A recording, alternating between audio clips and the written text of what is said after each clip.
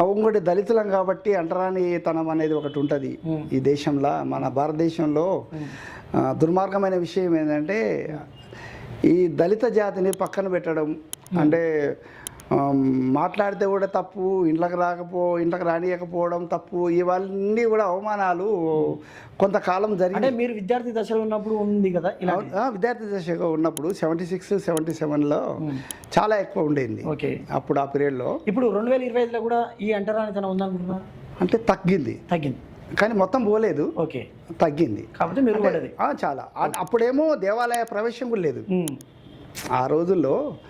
మాకు దేవాలయ ప్రవేశం చదువుకున్నా లేదు. చదువుకున్నా ఆ క్యాస్టిజం అనేది బాగుంటుంది. అది చాలా కష్టమైన విషయం. అంటే అందరిని ఎదిరించి మనకు దేవాలయ ప్రవేశం చేయడం అనేది సాధ్యమయ్యే విషయాలు కావు.